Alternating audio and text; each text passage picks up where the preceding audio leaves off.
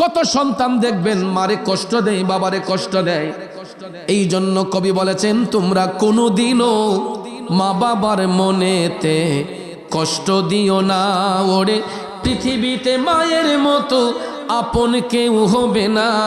তোমরা কোনোদিনও মা বাবার মনেতে কষ্ট দিও না। এ যুবক বন্ধু, যারা বাবা হারাইছে এরা জানে বাবার প্রয়োজন। যার ঘরে মা নাই ওই লোকটা জানে মার কি বেদন। আমি 27টা বছরের উপরে বাবা হারা শূন্যতা বুক করতেছি। আজকে 27 বছর ধরে আমার বাবা দুনিয়াতে নাই।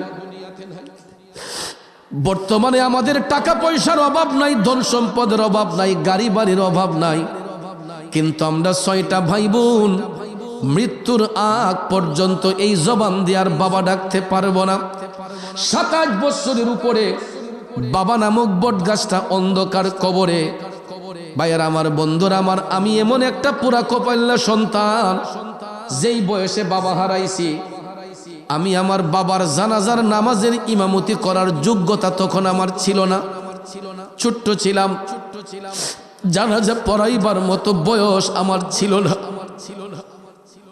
কিন্তু বর্তমানে আমি কত মানুষের জানাজার নামাজে ইমামতি করি। আমার কত মুরিদ মারা গেলে ঘন্টার পর ঘন্টা লাশ রাইখা দেয়, পিসা বুজুর না আসা পর্যন্ত জানাজা হবে না। অনেক সময় জানাজার মাঠে লাশ নিয়েও দেখা যায় 10 মিনিট, 20 মিনিট, 30 মিনিট আমার জন্য মুসল্লিরা অপেক্ষা করে, হুজুর আসলে জানাজা হবে। কিন্তু আমার আফসোস, আমি শত শত মানুষে জানাজার নামাজের ইমামতি করতেছি, কিন্তু আমার বাবার জানাজার নামাজটা পড়াইতে পারি নাই। এই যে একটা দুঃখ মনে, মৃত্যুর আগ পর্যন্ত এই কষ্টটা থাকে রে বাবা। আপনাদের পায়ে হাত রেখে বলবো যুবক, যদি ঘরের মধ্যে বাবা থাকে ওই বাবারে কোনোদিন কষ্ট দিও না। ঘরে যদি মা থাকে মারে কোনোদিন কষ্ট দিও না। যেই কারণে কবি বলেছেন, বাবাকে তোমরা জানিও কাবা, মদিনা জানিও মাকে, বাঁচিয়া যদি গো থাকে। ও তোমরা করিও ভাই বন্ধুগণ মাতা পিতার খেদমত, করিও নবীর উম্মত,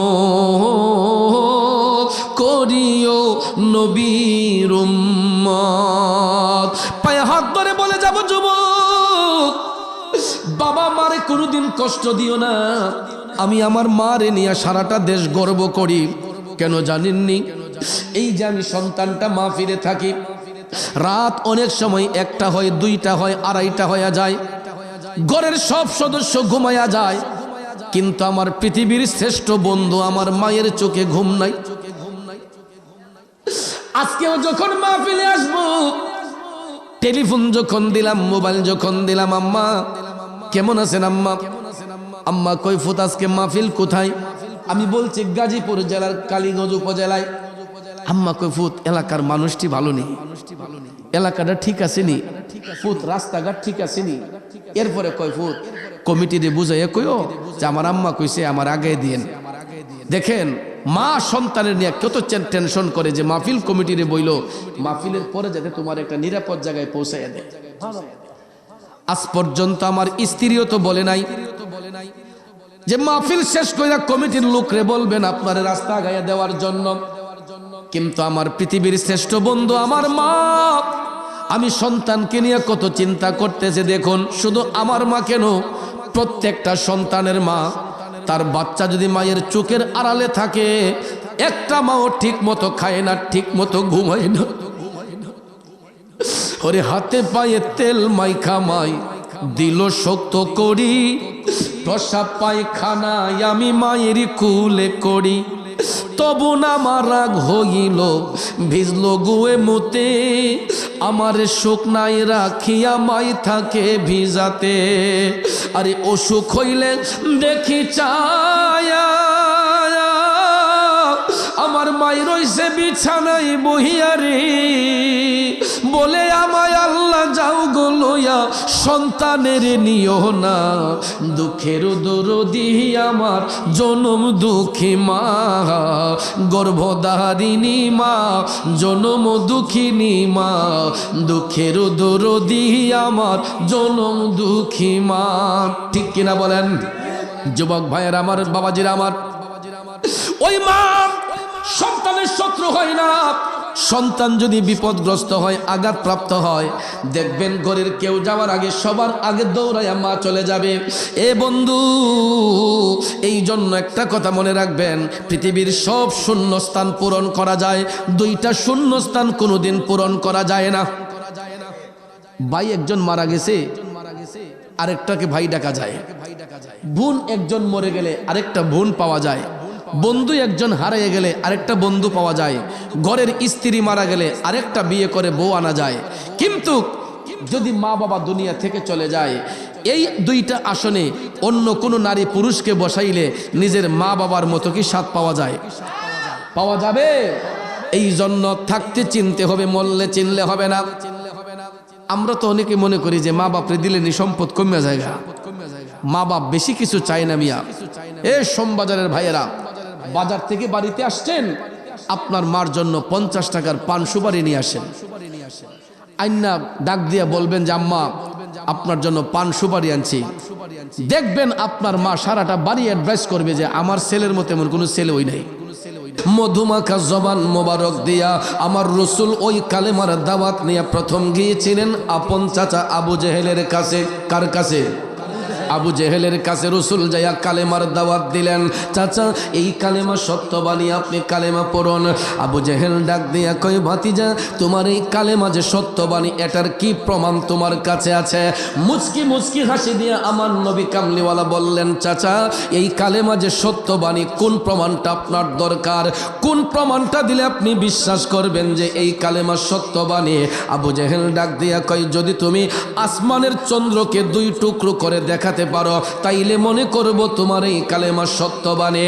এখন আপনারা বলুন, আমার নবী দেখাতে পারবে কি পারবে না? আবু জেহেল ने भी कहा चाँद 2 टुकड़े করে। আবু জেহেল বলল, আকাশের চন্দ্র 2 টুকরো করে দেখাও। মুচকি হেসে আমার নবী বললেন, চাচা চাঁদ 2 টুকরো হলেই কি আপনি কালেমা পড়বেন? আবু জেহেল কয় আগে দেখাও। আপনারা বলেন নবী পারবেন কি পারবেন না? এ বন্ধু, এখনো সেই স্মৃতিটা হাজী সাহেবদের চোখের সামনে দৃশ্যমান। যদি মক্কা শরীফে যাওয়া হয়, আমার রসুল যেই বাড়িতে শুভাগমন করেছিলেন, এখান থেকে আরেকটু সামনে হাইটা দেখবেন জাবালে আবু কুবাইস একটা পাহাড় ছিল বাজার। ওই পাহাড়ের মধ্যে রসুল যেখানে দাঁড়িয়েছিলেন, আমার নবীজির পাও মোবারকের ছাপটা এখনো আছে, যেখানে দাঁড়াইয়া রসুল আসমানের চন্দ্রকে 2 টুকরো করেছিলেন। আবু জেহেল ने भी कहा चाँद 2 टुकड़े करे, वो भी करके दिखाया है, वो नबी हमारा है, जिसका कोई सानी नहीं, वो नबी हमारा है। কষ্ট হচ্ছে আমার বাজানরা। এ সোমবাজারের বাবাজিরা, ও যুবক বন্ধুরা, জাবালে আবু কুবাইস পাহাড়ের মধ্যে দাঁড়াইয়া আবু জেহেলের চোখের সামনে আমার নবী আঙ্গুল মোবারক ইশারা করে। চাঁদের দিকে ইশারা করতে দেরি হয়েছে, আকাশের চন্দ্র 2 টুকরো হইতে দেরি করে নাই। সয়াতি সাজারো না তকল হাজারো সকল কমারো বি ইশারাতিহি। আল্লাহু আল্লাহু আল্লাহু আল্লাহ আল্লাহু আল্লাহু আল্লাহু আল্লাহ। একটা জবান বন্ধ রাখবেন না, চিৎকার মেরে বলি আল্লাহু আকবার। জগতের বন্ধুরা হারে, ও সোমবাজারের সোনার বাবাজিরা, আমার মা বোনরা যারা শুনছেন গো, দয়াল নবী হাত মুবারক উঠাইয়া আঙ্গুল মুবারক দিয়া ইশারা করতে দেরি হয়েছে, চাঁদ দুটুকরো হইতে দেরি করে নাই। নবী আমার মুচকি হেসে আবু জেহেলকে বললেন, চাচা এবার দেখলেন তো চন্দ্র দুটুকরো হয়েছে, বলুন না কালেমা পড়বেন নে। বেঈমান আবু জেহেল আমার নবীর অন্তর মুবারকে কষ্ট দিয়া তখন বলল, ভাতিজা তুমি আর কত জাদুগিরি করবা? আরো জোরে কন্যা উজুবিল্লাহ। আবু জেহেলের চোখের সামনে জ্বলন্ত মুজেজা মুবারক প্রকাশ হইল, তারপর আমার নবীর মুজেজা মুবারককে বিশ্বাস না করে বেঈমান আবু জেহেল কয়, আমার নবী নাকি জাদুকর। আপনারা কি মনে করেন রসুল জাদুঘর? এই বেঈমান আবু জেহেল আমার নবীর অন্তর মুবারকে যখন কষ্ট দিছে, দয়াল নবীর চোখের পানি মুবারক টপ টপ করে ঝরতে লাগলো। আমার আল্লাহ তাআলা কুদরতের নজর দিয়ে দেখতেছেন হাবিবের চোখের পানি মুবারক টপ টপ করে পড়তেছে। আমার আল্লাহ ডাক দিয়া কয়ে, জিবরাইল, ও জিবরাইল তাকাইয়া দেখো রে, আবু জেহেল আমার বন্ধু নবী মুস্তাফার অন্তর মুবারককে কষ্ট দিয়া দিছে।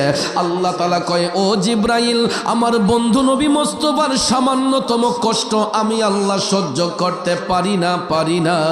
যাও জিবরাইল যাও, ওহী নিয়া আমার বন্ধুর নিকট হাজির হইয়া যাও, আবু জেহেলের দাঁত ভাঙ্গার জবাব দিয়ে আসো। সাথে সাথে জিবরাইল আলাইহিস সালাম ওহী নিয়া আমার নবীর কদম মুবারকে হাজির হইয়া গেলেন। আমার আল্লাহ তাআলা ঘোষণা করলেন, বিসমিল্লাহির রহমানির রহিম,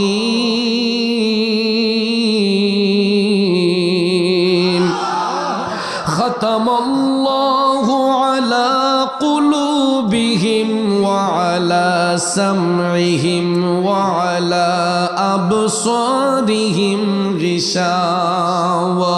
উচ্চস্বরে বলুন ঘোষণাটা কার? আল্লাহ তাআলা বলেন, খাতামাল্লাহ, আমি আল্লাহ মোহর মেরে দিয়েছি, শিল মেরে দিয়েছে। শুধু আবু জেহেল নয়, কিয়ামত পর্যন্ত আবু জেহেল মার্কা যত মুনাফিক থাকবে, এই কারণে আল্লাহ বলেন আলা কুলুবিহিম, সমস্ত মুনাফিকদের অন্তরে, ওয়া আলা সামিহিম, তাদের কর্ণসমূহের মধ্যে, ওয়া আলা আবসারিহিম গিশাওয়া, এবং তাদের দৃষ্টিশক্তির মধ্যে। এ নবীর প্রেমিকেরা, আমার আল্লাহ কয় আবু জেহেল মার্কা যত মুনাফিক বেঈমান থাকবে, এরা সত্য জিনিসটা চোখ দিয়া দেখবে, কান দিয়া শুনবে, এরপরও অন্তর দিয়া স্বীকার করবে না। এই জন্য আমার আল্লাহ ঘোষণা করেন, ওয়ালাহুম আযাবুন আযীম।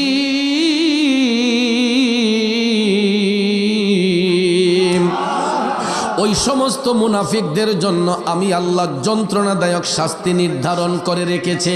তাইলে আপনারা বলুন, এই আবু জেহেল মার্কা মুনাফিকরা এখন পর্যন্ত সমাজে আছে না নাই? এরা ভবিষ্যৎ থাকবে, কিয়ামত পর্যন্ত থাকবে।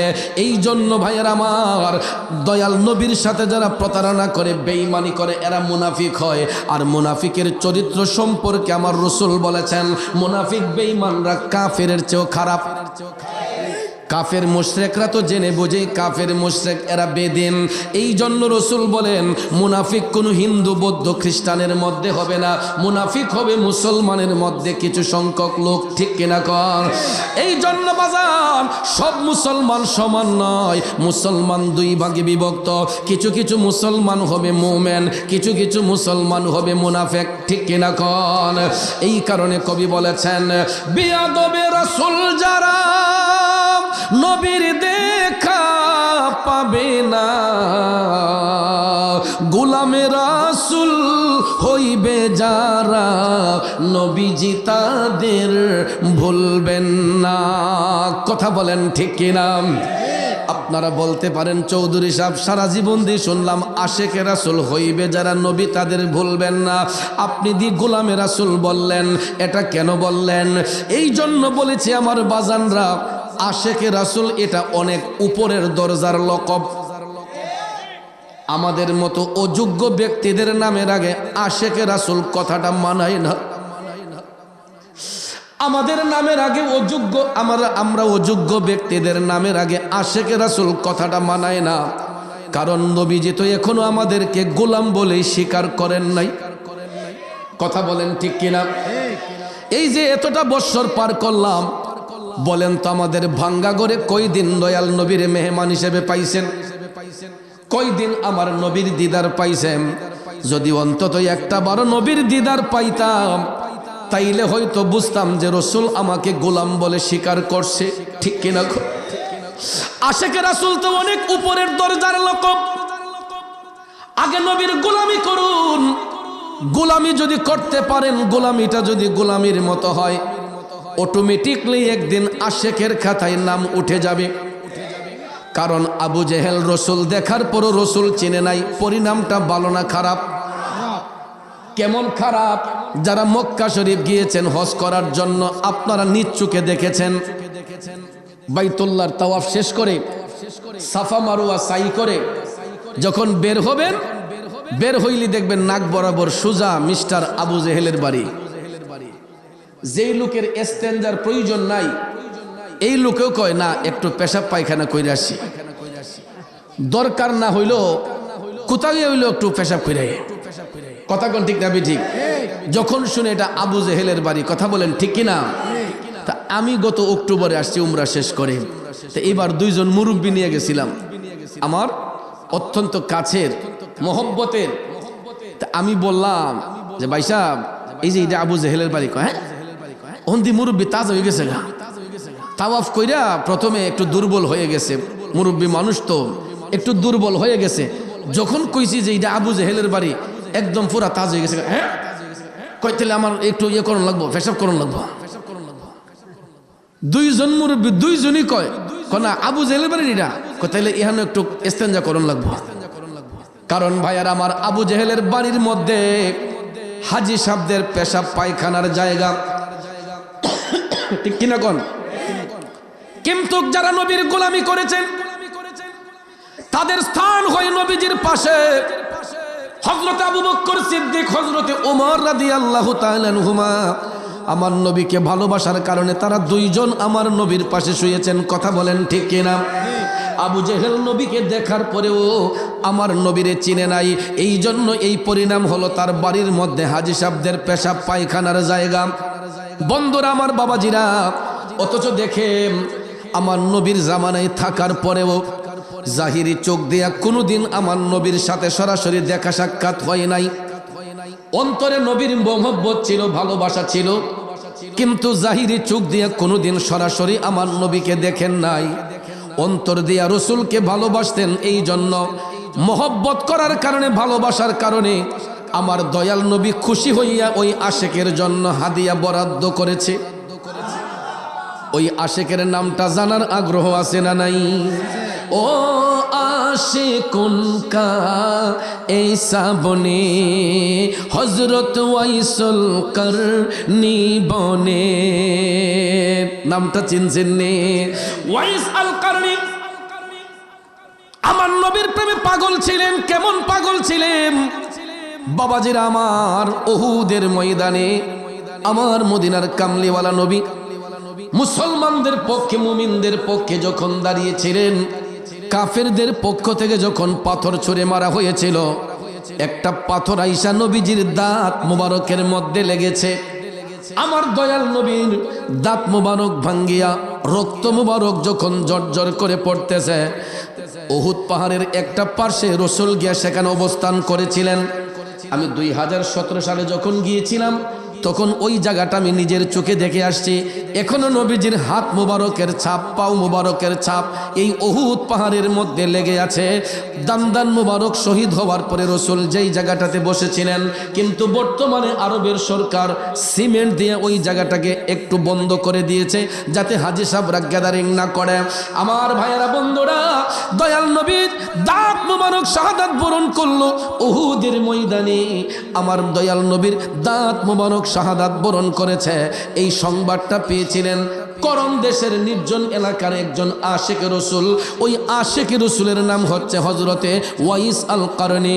আপনারা বলেন তো, তখন কিন্তু মোবাইল ছিল, গুগল সফটওয়্যার ছিল, হোয়াটসঅ্যাপ মেসেঞ্জার ছিল, ইমো ছিল, কোন সফটওয়্যার ছিল না। বন্ধুরা আমার, গুগল সফটওয়্যারের আবিষ্কার হয় নাই, কোন সফটওয়্যারের তখন আবিষ্কার হয় নাই, কিন্তু আমার আল্লাহ সৃষ্টির শুরু থেকেই আদম সৃষ্টি করার পরেই প্রত্যেকটা মানুষের দেহের মধ্যে একটা সফটওয়্যার ফিট করে দিয়েছেন। এই সফটওয়্যারের মধ্যে বাম স্তনের 2 আঙ্গুল নিচে একটা কাল্ব আছে। এই কাল্বটাকে বলা হয় লতিফায়ে কাল্ব। কি বলা হয়? লতিফায়ে কাল্ব। এই কাল্বটা জন্মের পরে আয়নার মতো পরিষ্কার থাকে, কিন্তু নারী পুরুষ যখন সাবালক সাবালিকা হয়ে যায় তখন গুনাহ করতে করতে ওই পরিষ্কার কলবটা অন্ধকার হয়ে যায়, টিক্কার মতো কালো হয়ে যায়। পাপের কারণে, গুনার কারণে ওই কাল্বটা অন্ধকার হয়ে যায়। কিন্তু যারা আল্লাহর বন্ধু হয়, যারা মুমিন হয়, মুত্তাকি হয়, ওই কাল্বটা কখনো অন্ধকার হয় না। এটা শুরু থেকে যেমন থাকে মৃত্যু অবধি পর্যন্ত এটা আয়নার মতো পরিষ্কার থাকে। এই আয়নার মতো পরিষ্কার কাল্ব যার আছে, ওই অন্তর চক্ষু দিয়া যখন কোনো বান্দা দৃষ্টি দেয়, শুধু দুনিয়া নয়, ওই ব্যক্তিটা আমার আল্লাহর আরশ পর্যন্ত দেখতে পায়। অন্তর চক্ষু দিয়া শুধু দুনিয়া নয়, অন্তর চক্ষু দিয়া তাকাইলে শুধু দুনিয়া নয়, আল্লাহর আরশ পর্যন্ত দেখা যায়। এইরকম পাগল ছিলেন হযরতে ওয়াইসাল কারণী। উহুদের ময়দানে আমার নবীজির দান মুবারক শাহাদাত বরণ করেছে। তিনি কাশফুল কুলুবের মাধ্যমে অন্তর চক্ষু দ্বারা তিনি জানতে পারলেন উহুদের প্রান্তরে নবীজির দাঁত মুবারক শহীদ হয়েছে। ওয়াইসাল কারণী আমার নবীজির বিরহ বেদনায় তিনি কাঁদতে কাঁদতে পেরেশান হইয়া গেছেন। না জানি আমার নবী কত কষ্ট পেয়েছেন, না জানি আমার দয়াল নবীর কোন দন্ত মোবারকটা শহীদ হয়েছে। বন্ধুরে, আমি আপনি নবীর জন্য কি করি, আর ওয়াইসাল কারণী আমার নবীর জন্য কি করলেন দেখুন। তিনি স্বজ্ঞানে স্বমস্তিষ্কে আমার নবীজির ব্যথাটাকে অনুভব করার জন্য উপরের পাড়ি থেকে প্রথমে নিজের একটা দাঁত টান দিয়া খুললেন। এও ইঞ্জেকশন দিয়ে অচেতন করে নয়, কোনো মেডিসিন দিয়ে অচেতন করে নয়, স্বজ্ঞানে স্বমস্তিষ্কে ওয়াইসাল কারণী নিজের উপরের পাড়ি থেকে একটা দাঁত যখন টান দিয়া খুললেন, রক্তর মুবারকটা ফিচকি মেরে বের হয়ে গেছে। ওয়াইসাল কারণী চিল্লায়া চিল্লায়া কয়, না জানি আমার দিনের নবীর কত কষ্ট হয়েছে। এই বলিয়া ওয়াইসাল কারণী শুধু একটা দাঁত নয়, 2টা দাঁত নয়, প্রথমে উপর থেকে একটা, নিচ থেকে একটা, এই চিন্তা ভাবনা কইরা আমার নবীজির ব্যথা মুবারক অনুভব করার জন্য 1টা 2টা দাঁত নয়, নিজের 32টা দাঁত মুবারক ওয়াইসাল কারণী আমার নবীর জন্য কুরবান কইরা দিছে। ও আশিকুন কা ऐसा बने हजरत वैसल करनी बने पाया नबी को एक दात पर उनको 32 घराना खुल गई इश्क नबी दिल में पैदा करो क्या रसूले खुदा को ভুলোগে। কষ্ট হচ্ছে ভাইয়ের আমার। এবার চিন্তা করে দেখেন তো, যেই আশেক, যেই পাগল নবীজির একটা দাঁত মোবারকের সংবাদ পাইয়া নিজের 32টা দাঁত মোবারক টাইনা খুলতে পারে, ওই আশেকের অন্তরে আমার নবীর ভালোবাসা কতটুকু থাকতে পারে আপনাদের বিবেকের মধ্যে ছাড়লাম। আসুন সামনে যাই। আমার নবী ওই আশেকের জন্য কি হাদিয়া বরাদ্দ করলেন বন্ধু। 63 বছর জিন্দেগি কাল মুবারক কাটানোর শেষ প্রান্তে সাহাবে বৈশা আমার নবী প্রতিদিন আসহাবে সুফার মধ্যে বৈশা সাহাবায়ে কেরামের উদ্দেশ্যে নুরানি তালিম দিতেন। সুবহানাল্লাহ কোন। আমার নবী প্রতিদিন নুরানি তালিম দিতেন। হঠাৎ একদিন নবীজির প্রিয় সাহাবী হযরতে ওমর ইবনুল খাত্তাব রাদিয়াল্লাহু তাআলা আনহু দেখতে পেলেন আমার নবীজির শরীর মুবারকের জব্বা মুবারক খানা নূরে ঝলঝল করতেছে। এ বন্ধু, বলুন তো পৃথিবীতে এর চাইতে দামি পোশাক আসেনি? থাকতে পারে? হযরত ওমর নবীজির পোশাক মুবারকের দিকে তাকাইয়া তিনি দেখতেছেন নূরে ঝলঝল করতেছে। তিনি দাঁড়ায় আমার নবীর কদম মুবারকে সালাম পেশ করলেন। আসসালাতু ওয়াসসালামু আলাইকা ইয়া রাসূলুল্লাহ। নবী গো, ইয়া রাসূলুল্লাহ নবী গো আমি গোলাম একখানা আরজি পেশ করতে চাই।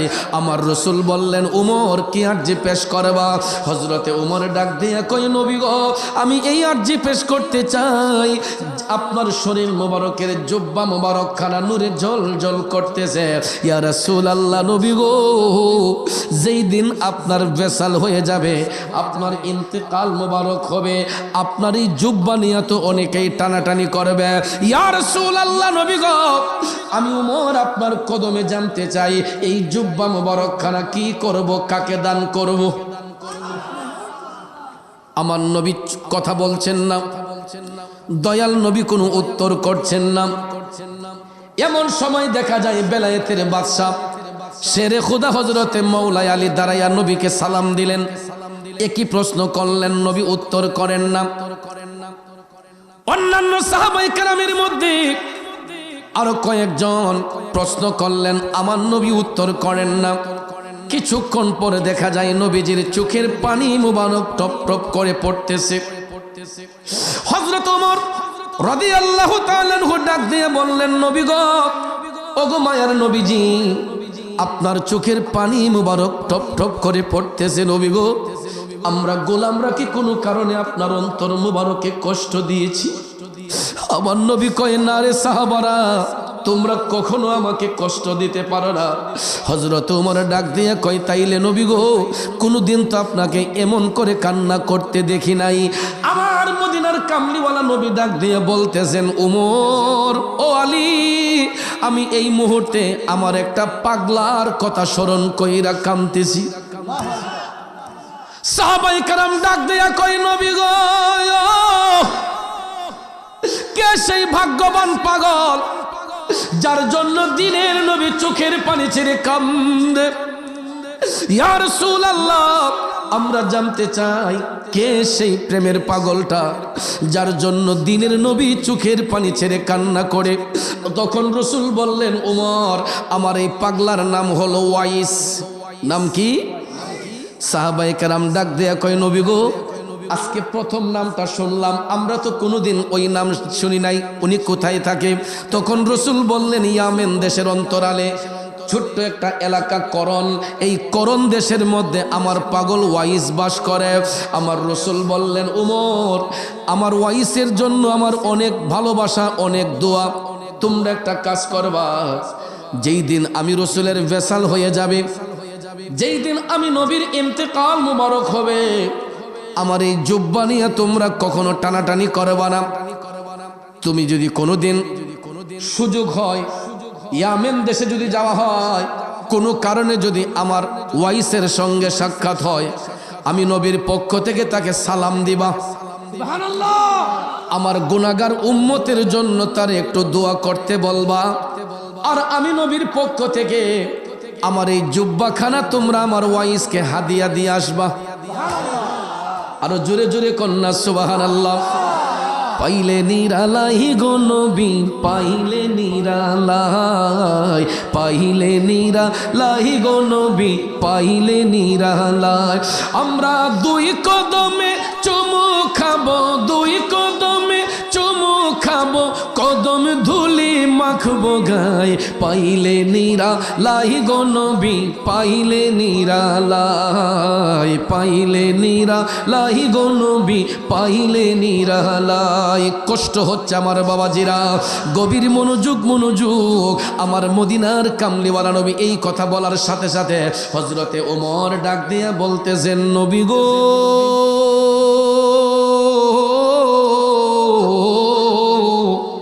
ইয়া রাসূলুল্লাহ নবী গো এই নামের তো কোনো ব্যক্তিকে যদি আমরা খুঁজেও পাই, এই একই নামের তো আরো অনেক ব্যক্তি সেখানে থাকতে পারে।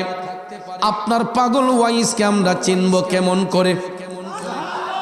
হযরত উমর বললেন, ইয়া রাসূলুল্লাহ আমরা না হয় সেখানে গেলাম, যাইলে তো এই নামের আরো অনেক লোক সেখানে থাকতে পারে। যেমন আপনাদের এই সোমবাজারে একজন যদি উত্তর পাড়ায় আব্দুল করিম থাকে, দক্ষিণ পাড়ায় থাকতে পারে না? গ্রাম কিন্তু একটাই সোমবাজার, কিন্তু উত্তর পাড়ায়, দক্ষিণ পাড়ায়, পূর্ব পাড়ায়, পশ্চিম পাড়ায় একই নামের লোক দুই চারজন থাকতে পারে। কথা বলেন ঠিক কিনা?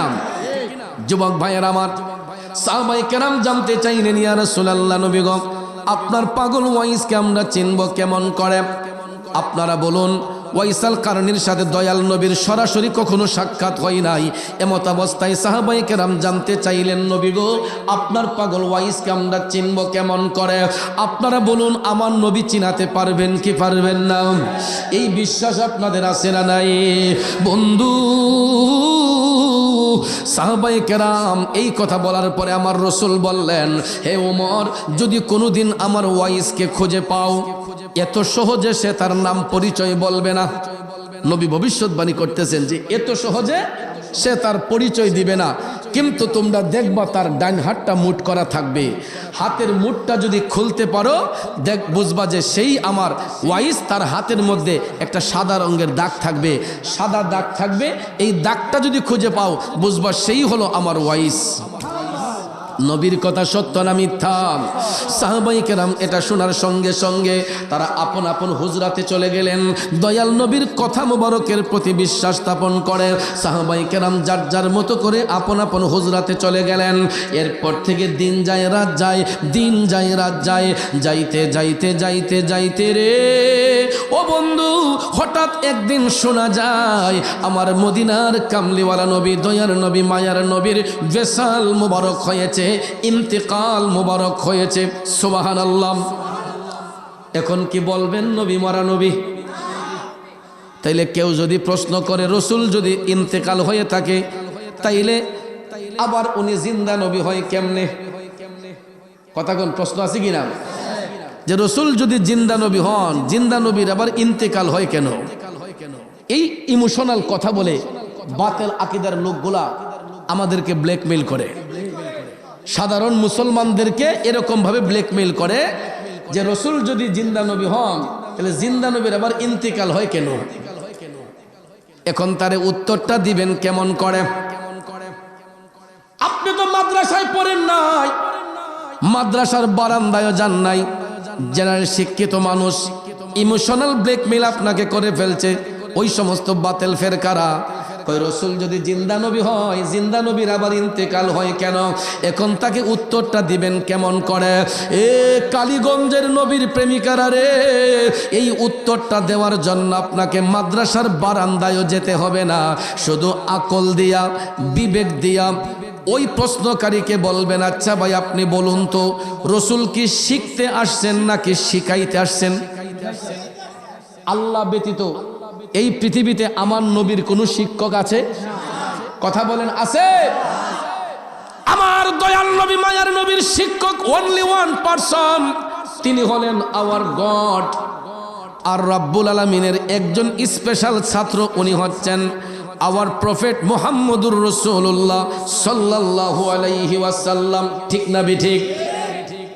আমার আল্লাহ রসুলের শিক্ষক, এছাড়া পৃথিবীতে আমার নবীর কোনো শিক্ষক নাই। কথা বলেন ঠিক কিনা?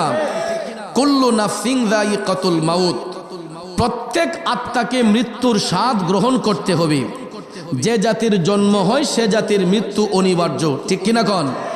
একমাত্র ওই জিনিসটা শিখাইবার জন্য, বুঝাইবার জন্য আমার নবীর ভেসাল মোবারক, ইন্তেকাল মোবারক। ডিস্টেন্সটা কোথায়? ডিস্টেন্সটা হলো, আমি আপনি মারা যাবার পরে মসজিদের মাইকে এলান হয়, জানাজার নামাজ পড়ার জন্য দাওয়াত করা হয়, তারপরে মৃত ব্যক্তিকে জানাজার মাঠে নিয়ে মুসল্লিরা অংশগ্রহণ করে, ইমাম সাহেব জানাজার নামাজ আদায় করে ওই মৃত ব্যক্তিকে আমরা কবরস্থ করি। কথা কোন ঠিক কিনা? পার্থক্যটা ওই জায়গায়। নবী যদি মরা নবী হইতেন, আমার নবীরও তো জানাজা হওয়ার কথা ছিল।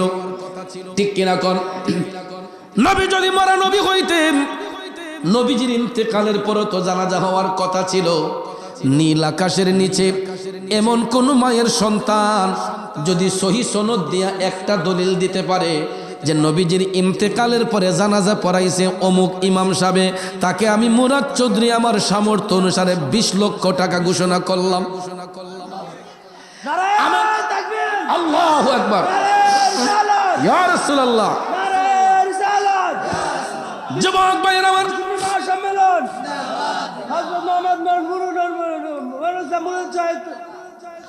জিন্দাবাদ জিন্দাবাদ, আলহামদুলিল্লাহ কন, আরো জোরে কন আলহামদুলিল্লাহ।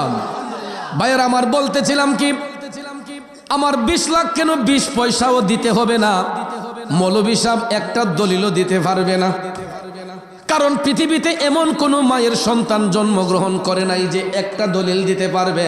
কারণ ভাইয়ের আমার, আমরা এমন নবীর উম্মত, ওই নবীর জানাজা পড়ার মতো যোগ্যতা সম্পন্ন ইমাম পৃথিবীর বুকে আমার আল্লাহ জন্মগ্রহণ করাই নাই। কথা কোন ঠিক কিনা? কারণ বন্ধুরা আমার, নবীর আবার জানাজা হয় কেমনে? উনি তো হায়াতুল নবী, জিন্দা নবী। কথা বলেন ঠিক কিনা? শুধু আমাদের নবী না, সমস্ত নবীগণই জিন্দা। আল আম্বিয়াউ আহিয়াউন, সমস্ত নবীগণ জিন্দা। ফি কুবুরিহিম, আপন আপন রওজা শরীফের মধ্যে ইউসাল্লু,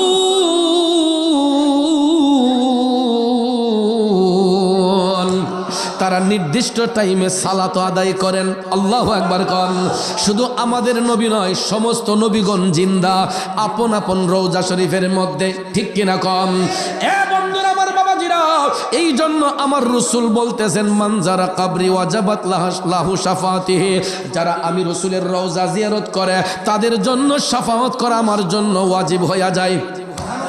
কথা বলেন ঠিক কিনা? নবীর প্রেমিকেরা গভীর মনোযোগ। ওই দিকে চলে গেলে কথা লম্বা হয়ে যাবে, মূল কথা বলতে পারবো না।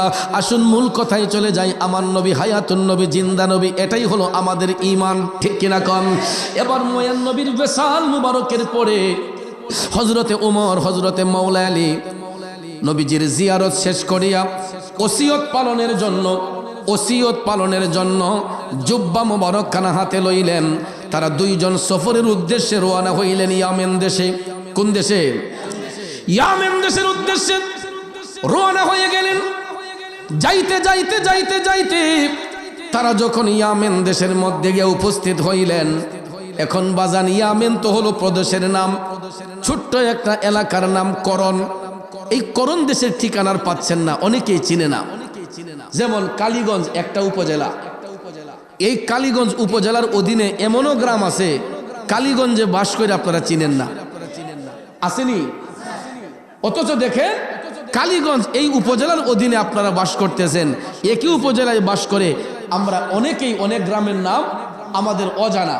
তো ইয়ামেন হলো একটা প্রদেশের নাম। ওই প্রদেশের অন্তরালে ছোট্ট একটা এলাকার নাম হচ্ছে করণ। এই করণ দেশটা অনেকেই চিনে না। গভীর মনোযোগ। তখন তো গুগল সফটওয়্যার ছিল না যে লোকেশন দিয়া আমরা চলে যাব, লোকেশন দিয়া চলে যাব। বন্ধুরা আমার, বাবাজিরা, বর্তমানে বিজ্ঞান যত ডেভেলপ হয়েছে, তখনকার সময় কিন্তু এইরকম তথ্য প্রযুক্তি ছিল না।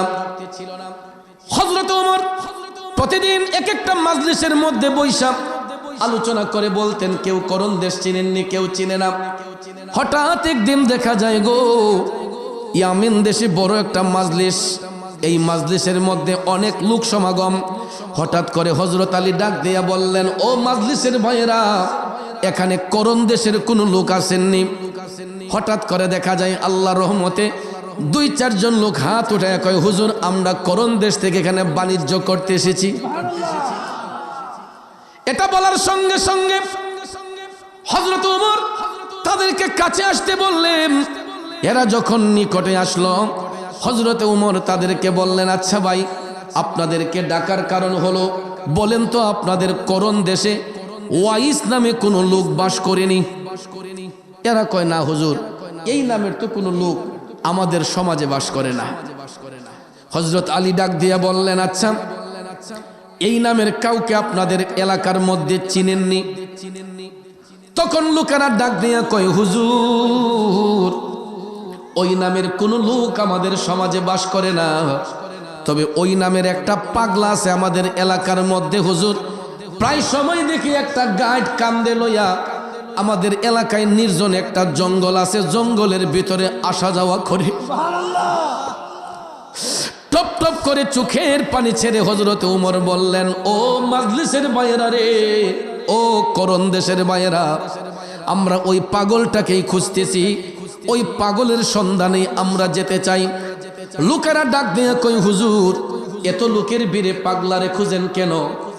আসলে কথা তো এটাই, এত লোকের ভিড়ে হুজুর পাগলারে খুঁজেন কেন? এ বন্ধু, মুরব্বীর একটা কথা বলে, মানিকে মানিক চিনে রতনে রতন। ঠিক কিনা?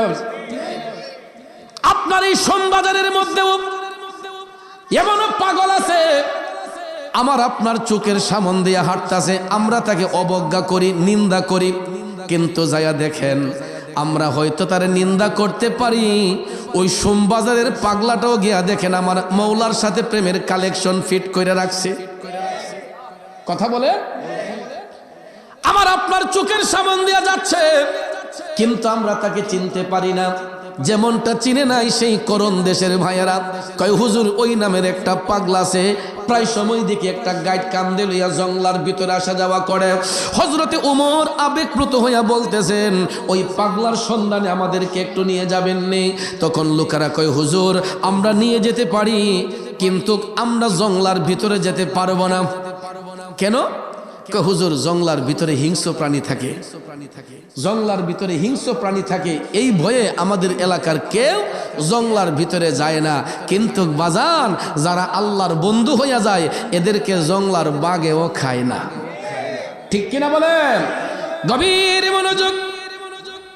হযরত ওমর ডাক দিয়ে বললেন ঠিক আছে, শুধু আমাদেরকে ঠিকানা মোতাবেক একটু নিয়ে যান, আপনাদেরকে এত বেশি কষ্ট আমরা দেব না। সত্যি সত্যি ভাইয়ের আমার ওই রাতটা চলে যাবার পরে পরের দিন হযরতে ওমর মৌলা আলীকে সাথে নিয়ে এই করণ দেশের ভাইদের সঙ্গে তারা যাত্রা শুরু করলেন। যাইতে যাইতে যাইতে যাইতে গো তারা যখন করণ দেশে গিয়া উপস্থিত হইলেন, এবার হাইটা চলে গেলেন জঙ্গলার কাছে। লোকেরা ডাক দিয়া কয় হুজুর এই জঙ্গলার ভিতরেই পাগলা থাকে, আমাদেরকে বিদায় দেন। হযরতে ওমর বললেন ধন্যবাদ আপনাদেরকে, ঠিক আছে এখন গেলে পাওয়া যাবে না। লোকেরা বলতেছে হুজুর এই টাইমেই পাগলা জঙ্গলার ভিতরে আসা যাওয়া করে। তখন করণ দেশের ভাইদেরকে বিদায় দিয়া হযরতে ওমর মাওলা আলী তারা দুইজন মিলিয়া জঙ্গলার ভিতরে ঢুকলেন। জঙ্গলার ভিতরে ঢুইকা দেখে গো আমার নবীর প্রেমের পুরা পাগল ওয়াইসাল কারণে কেবলামুখী হইয়া নামাজের মাধ্যমে আমার আল্লাহরে সিজদা করতেছে।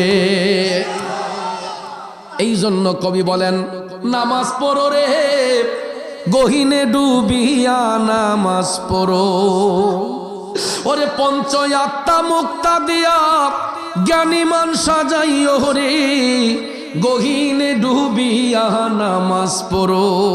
ঠিক কিনা কন বাজান? আমার বন্ধুরা আমার, নামাজ শুধু পড়লেই হবে না, যদি নামাজটা নামাজের মতো না হয়। ঠিক কিনা কন? নামাজ পড়লাম সুদ খাইলাম, নামাজ পড়লাম ঘুষ খাইলাম, নামাজ পড়লাম বেবিচারি করলাম, নামাজ পড়লাম মায়ের দিলে আঘাত দিলাম, নামাজ পড়লাম আরেক ভাইকে ঠকাইলাম, নামাজ পড়লাম অন্যের হক নষ্ট করলাম, ওই নামাজ দিয়ে কি আত্মার মধ্যে শান্তি আসবো? আমাদের সমাজের মধ্যে নামাজির অভাব নাই, কিন্তু সত্যিকারের নামাজির অভাব আছে। ঠিক কিনা কম? কি আর বলবো, দুঃখের কথা। দেখবেন কিছু কিছু এলাকার মধ্যে আমার মুরব্বী চাচারাও ফজরের নামাজ পড়া গাইটা দোহন করছে। গাইটা দোহন করে যখন দেখছে দুধটা ঘন, ঠাস কইরা বাজারে নেওয়ার আগে আদাসের পানি মিশাই লিছে। এরপরে হাজির রুমালটা মাথা দিয়া বালতি নিয়ে বাজারে যায় আর জিকির করে সুবহানাল্লাহ আলহামদুলিল্লাহ। ঠিক না? ঠিক। এই দিকটা কিন্তু পানি মিশাই দিছে। ঠিক কিনা কন? বাজারে যখন নিল দুধ, যখন মিটার দিয়ে যখন চেক দেওয়া হয় দেখা যায় দুধের মধ্যে পানি মিশানো। এমন চেক করা হয় না? বাজারে যারা দুধ বিক্রি করে মাঝে মধ্যে মিটার নিয়ে অনেকে যায়, যাওয়ার পরে যখন দেখে দুধের মধ্যে ভেজাল পানি মিশানো, এই দুধ আবার ওই ভদ্রলোকের মাথায় ঢেলে দেয়। কথা বলে?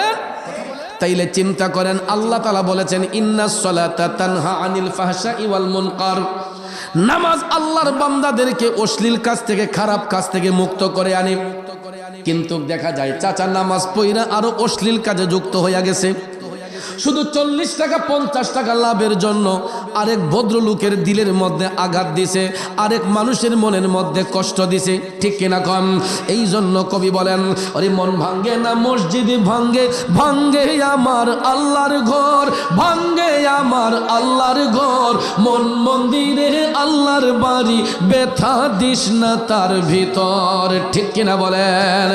এ ভাইরা আমার, বন্ধুরা আমার, আর বান্দার মনে কষ্ট দিলে ওই বান্দা যতক্ষণ মাফ না দিব সারাদিন নামাজ পড়লেও কোনো কাজ হবে না।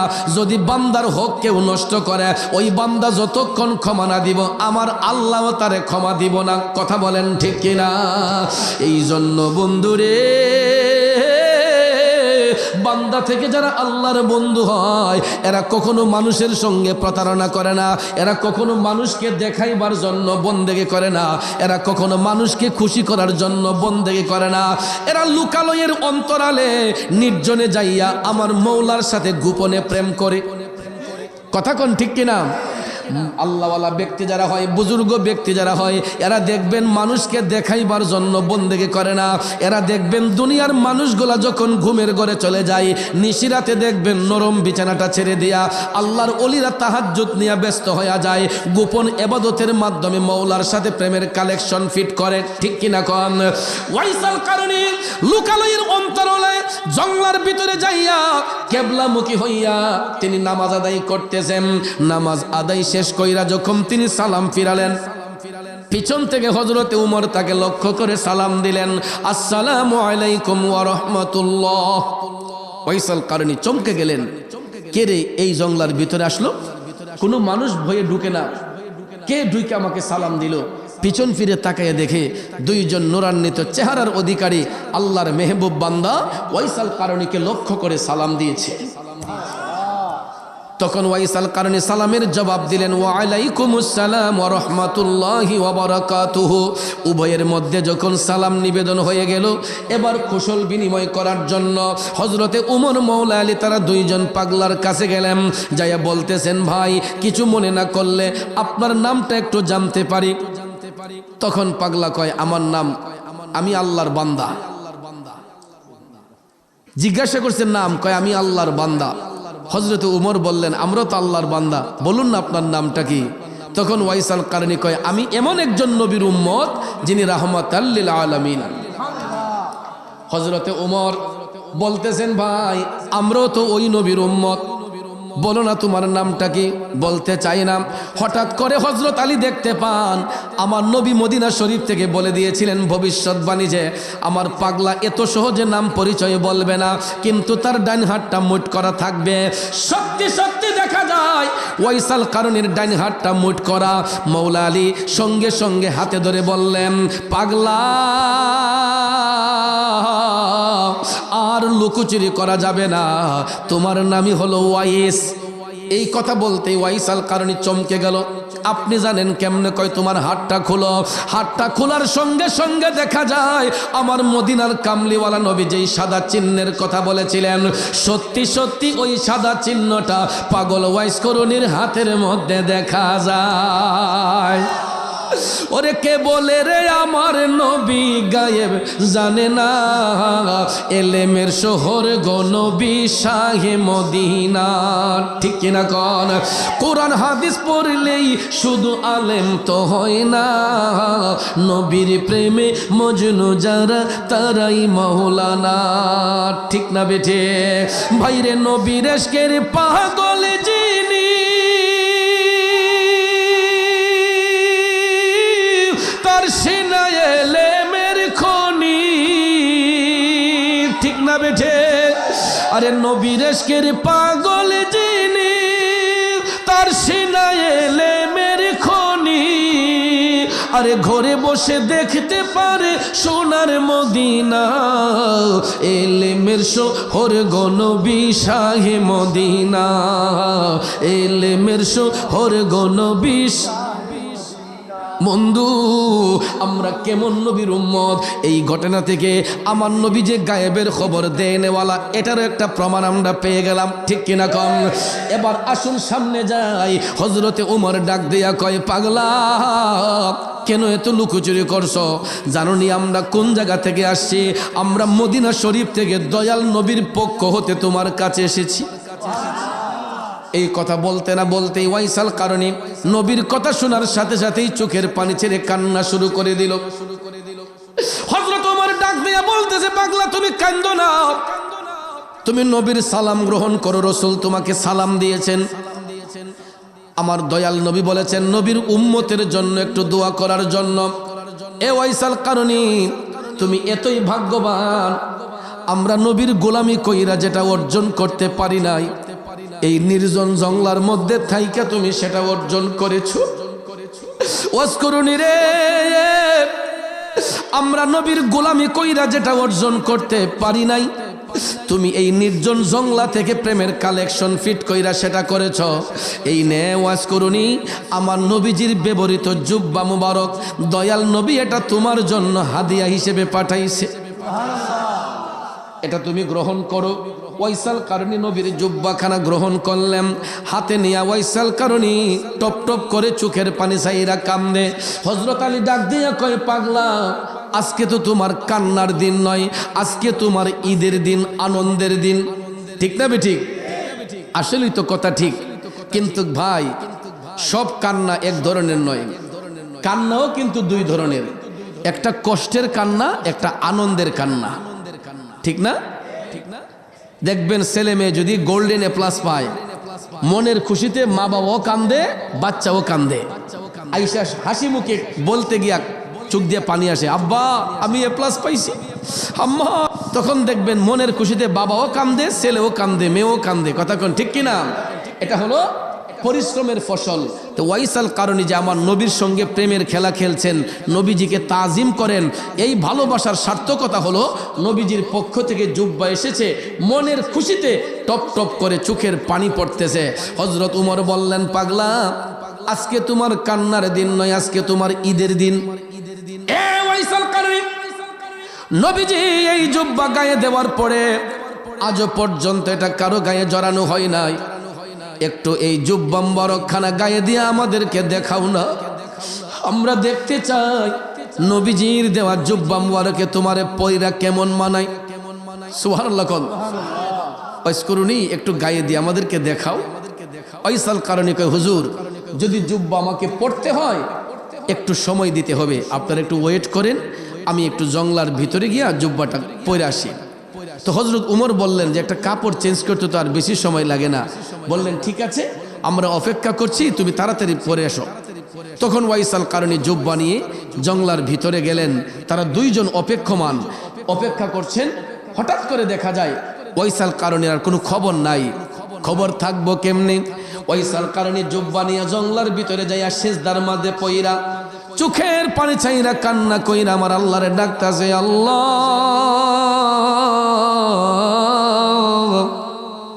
গায়েব থেকে আওয়াজ আসলো, কিরে পাগলা? ওয়াইসাল কারণী সিজদার মধ্যে পইরা কয়, আল্লাহ, তোমার হাবিবের পক্ষ থেকে আমি অধম পাগলের জন্য একটা জুব্বা হাদিয়া আসছে। আল্লাহ, তুমি যদি অনুমতি দাও আমি পাগল এই জুব্বাখানা গায়ে দিতে পারি। রসুল তো জুব্বা দিছেনি পরার জন্য, এখানে তো অনুমতির আর দরকার হয় না। কথা কোন ঠিক কিনা? ওয়াইসাল কারণী অনুমতি চাইলেন কার কাছে? দেখেন ভাইয়ের আমার, আশেক হইয়া কেমনে প্রেমের খেলা খেলে আমার মৌলার সাথে। ওয়াইসাল কারণী অনুমতি প্রার্থনা করলো, আল্লাহ, তুমি অনুমতি দিলে আমি জুব্বা পরবো। কিছুক্ষণ পরে দেখা যায় অদৃশ্য থেকে একটা আওয়াজ আসলো, গায়েব থেকে আওয়াজ আসলো, পাগলা, তোমাকে জুব্বা পরার অনুমতি দেওয়া হইল। অনুমতি পাইয়া খুশি না বেজার? এখন দেখা যায় ওয়াইসাল কারণী সিজদা থেকে উঠে না, জুব্বাও পরে না। সিজদা থেকে উঠে না, জুব্বাও পরে না। অনেক সময় পার হইয়া যাচ্ছে, কিরে পাগলা, জুব্বা পরস না কেন? ওয়াইসাল কারণী কয়, মৌলা, অনুমতি দিয়েছো, কিন্তু এই জুব্বা আমি কোনোদিনও গায়ে দিব না। কেন রে, কেন? ওয়াজকুরুনি, জুব্বা পরবি না কেন? ওয়াইসাল কারণী কয়, কেমনে আমি এই জুব্বা গায়ে জড়াই? আল্লাহ গো, এই জুব্বা পরার জন্য তোমার হাবিব নবী মোস্তফার কত উম্মতরা দেওয়ানা ছিল, তাদেরকে রাইখা, তাদেরকে বাদ দিয়ে আমি একা কেমনে জুব্বাটা গায়ে জড়াই?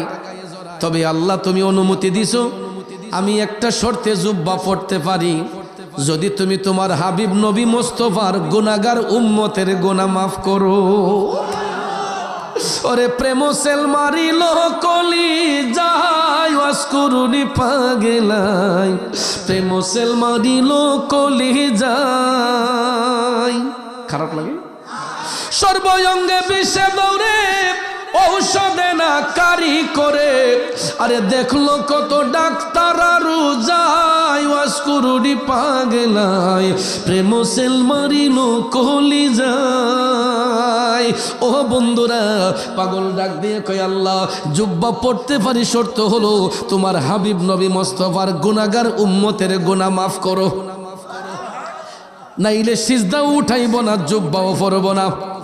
কিছুক্ষণ পর গায়েব থেকে আওয়াজ আসলো, পাগলা যা এত করে যেহেতু বলতেছস, তরু সিলাই আমি আমার হাবিব নবী মোস্তফার কয়েক হাজার উম্মতের গুনাহ মাফ করলাম।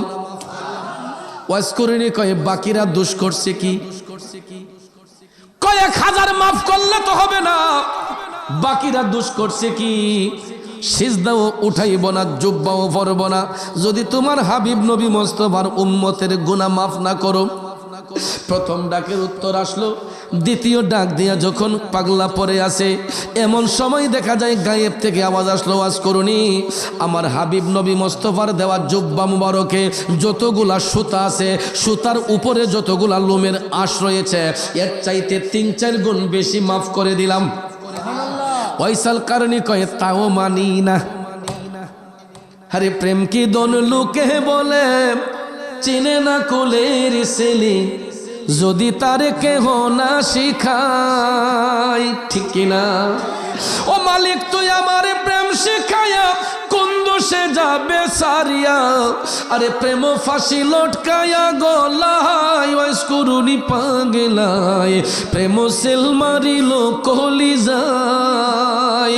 এ নবীর প্রেমিকেরা, ওইসাল কারণে কয় আল্লাহ তাও মানতে পারলাম না, আমি সিজদাও উঠাইব না, জুব্বাও পরব না, যতক্ষণ তোমার হাবিব নবী মোস্তফার সমস্ত উম্মতের গুনাহ মাফ না করো, আমি ততক্ষণ পর্যন্ত জুব্বাও পরব না, সিজদা থেকেও উঠব না।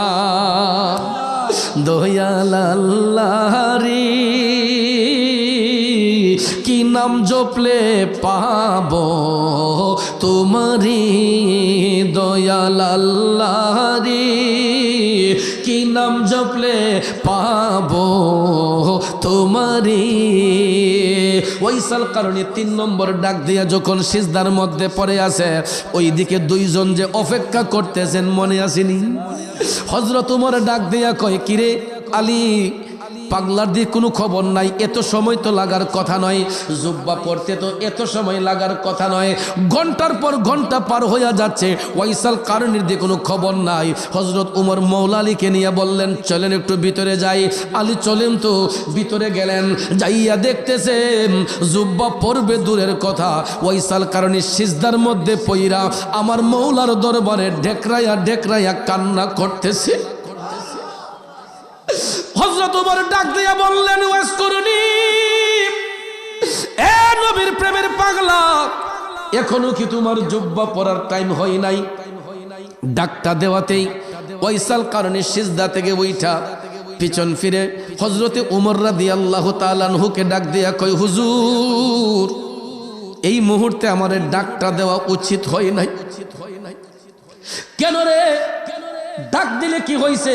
কয় হুজুর যদি এইখন আমারে ডাক না দিতেন, এখন যদি আমারে ডাক না দিতেন, আমি আমার মওলা পাকের সঙ্গে এমন একটা প্রেমের কালেকশন ফিট করছিলাম, আমি এই সুযোগে আমার নবীজির সমস্ত উম্মতের গুনাহ মাফ করাইয়া লইতাম। কিন্তু এটা কি সম্ভব? এটা সম্ভব না। কারণ আমার আল্লাহ যদি একসাথে সবাইরে মাফ কইরা দেয়, আমার আল্লাহর 99টি সিফতি নামের মধ্যে 3টা গুণবাচক নাম বাদ পড়ে যাবে। এই নামের আর কোনো পরিচয় থাকবে না। একটা হলো গাফফার, একটা হলো রহমান, একটা হলো রাহিম। কথা কোন ঠিক কিনা? অর্থাৎ আল্লাহ যদি সবাইরে মাফ করে দেয়, তাহলে তো চোখের পানির আর প্রয়োজন নাই। কথা কোন ঠিক না ঠিক? সবাইরে মাফ করে দিলে আর তো চোখের পানি দেওয়ার অ্যাপ্লিকেশন করার কোনো মানে হয় না। কথা কোন ঠিক কিনা?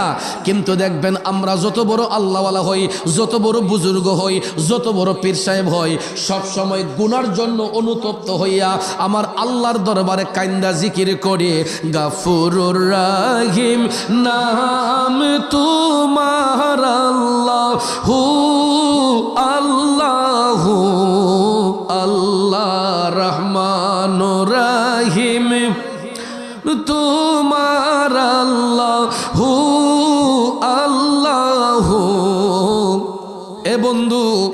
গাফফার শব্দের অর্থ হলো ক্ষমাকারী, রহমান শব্দের অর্থ রহমকারী, রাহিম শব্দের অর্থ দয়াকারী। ঠিক কিনা কম?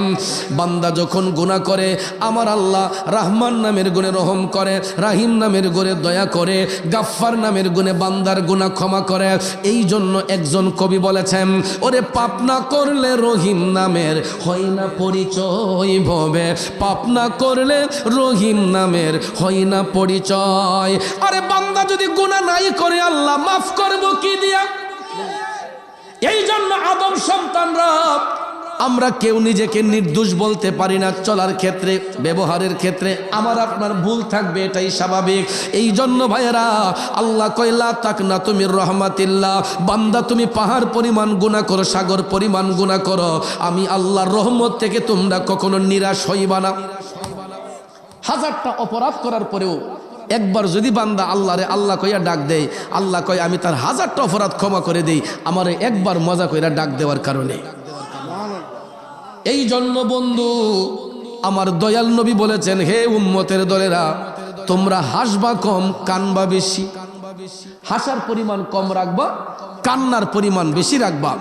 আল্লাহর অলিদের জীবনী পড়ে দেখেন, তারা অট্টহাসি হাসতেন না, আল্লাহর অলিগণ মুচকি হাসতেন, আর বেশি বেশি তারা চোখের পানি ছেড়ে কান্দা আমার মৌলার রাজি খুশি করতেন। ঠিক না ঠিক? এই জন্য ভাইয়ার আমার বান্দার চোখের পানি আমার আল্লাহর কাছে সবচেয়ে বেশি দামি। আমরা দেখবেন নদীর পাড়ে যাই ঢেউ উপভোগ করার জন্য, সমুদ্র সৈকতে যাই ঢেউকে উপভোগ করার জন্য, ঠিক কিনা? আর আমার আল্লাহর কাছে সবচেয়ে বেশি পছন্দ হয় আল্লাহর বান্দারা যখন চোখের পানি ছেড়ে কান্দে, আমার আল্লাহর রহমতের দরিয়ার মধ্যে ঢেউ খেলে। আল্লাহ কয় আমার কাছে এটা খুব বেশি পছন্দ হয় যখন আমার বান্দা চোখের পানি ছেড়ে কান্দে, আমি তখন আর বরদাস্ত করতে পারি না। আমি আমার হাবিব নবী মুস্তাফার উসিলাই লাওয়া জাদুল্লাহ তাওয়াবার রহিমা, আমার বান্দাদের তওবা কবুলকারী হয়ে যায়, তাদের উপর দয়াশীল হয়ে যায়। সুবহানাল্লাহ বলবেন না? বাবাজিরা আমার, বন্ধুরা আমার, আপনাদের কি কষ্ট হইতেছে?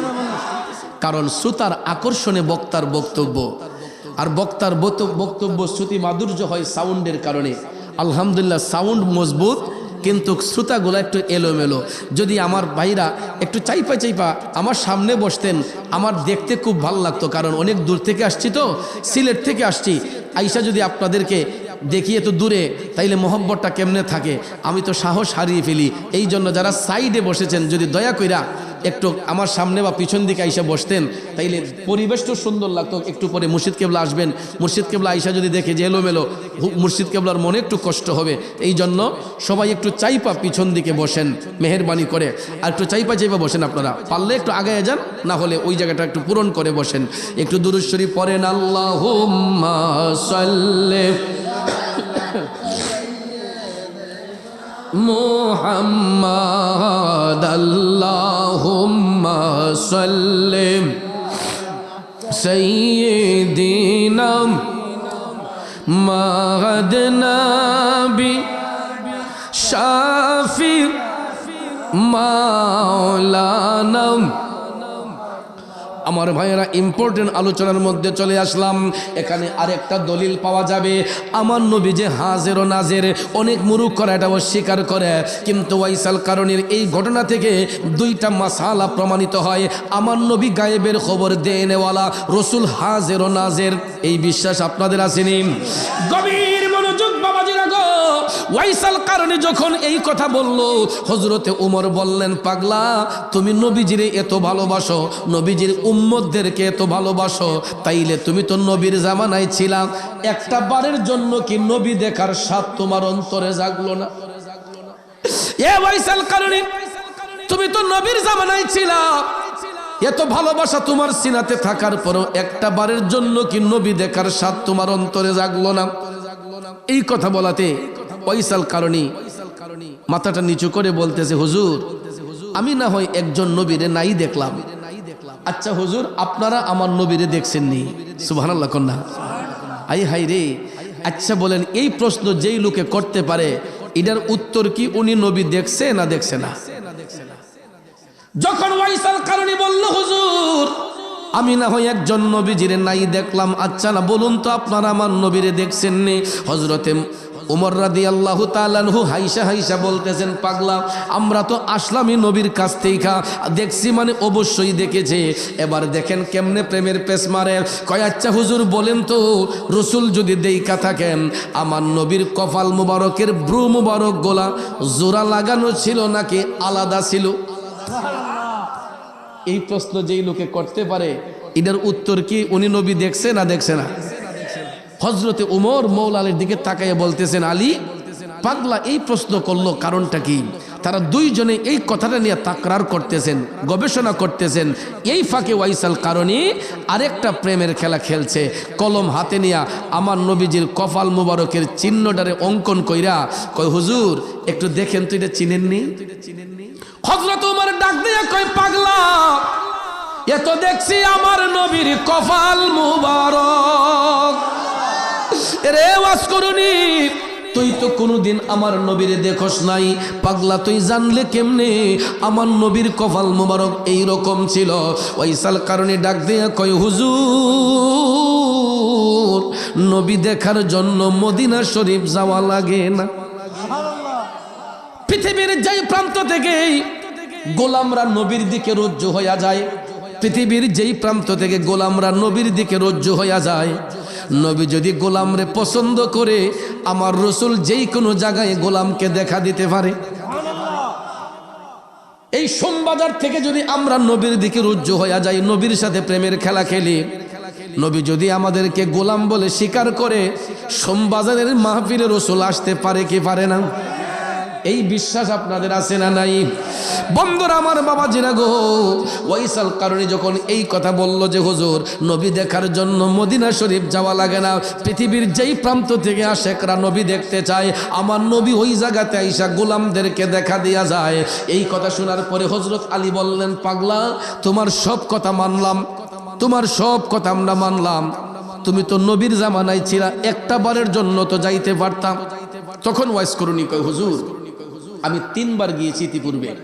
কয়বার? নবীজি পৃথিবীর জমিনে চলাফেরা করা অবস্থায়, দুনিয়ার জমিনে অবস্থান করা অবস্থায় আমি 3 বার মদিনা শরীফ গিয়েছি, কিন্তু কোনো কারণে কোনোভাবেই রসুলের সাথে আমার যে কোনোভাবে সাক্ষাৎ হয় নাই। 4র্থবার যখন আবার যাওয়ার প্রিপারেশন নিয়েছি, তখন নবীজি আমাকে নিষেধ করছেন যাওয়ার জন্য। নবী আবার নিষেধ করে কেন? এ ভাইয়ের আমার, এখান থেকে মেশকাত শরীফের একটা রিওয়ায়াত আসছে, এই জায়গা থেকে মেশকাত শরীফের একটা রিওয়ায়াত আসছে কেন নবী নিষেধ করেছিলেন। কারণ ওয়াইসাল কারণে যে একটা গাইড কান্দে লইয়া ঘুরতেন, মনে হসেনি? কইসলাম নি ওই গাইটের ভিতরে কি ছিল জানেননি বাজান? ওয়াইসাল কারণের গর্ভধারিণী মা। আরে মা বিনে বান্ধব নাই রে, মা বিনে বান্ধব নাই রে, এই যে সোনার দুনিয়ায়, ভেবে দেখো কি করছো এই মায়ের লাগিয়া, ভেবে দেখো কি করছো এই মায়ের লাগিয়া।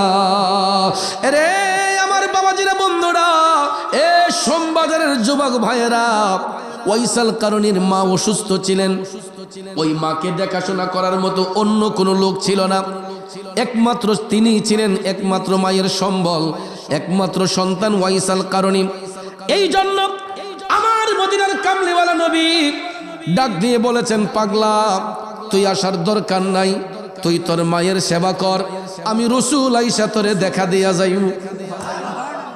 তাইলে আমরা এই সোমবাজারের প্রেমিকরা যাদের ঘরে মা আছে, আমরা যদি আমাদের মায়ের সেবা করি রে, আমরা যদি আমাদের মাকে ইজ্জত করি, সম্মান দেই, তাইলে দয়াল নবীর দেখা পাইতে পারি কি পারি না?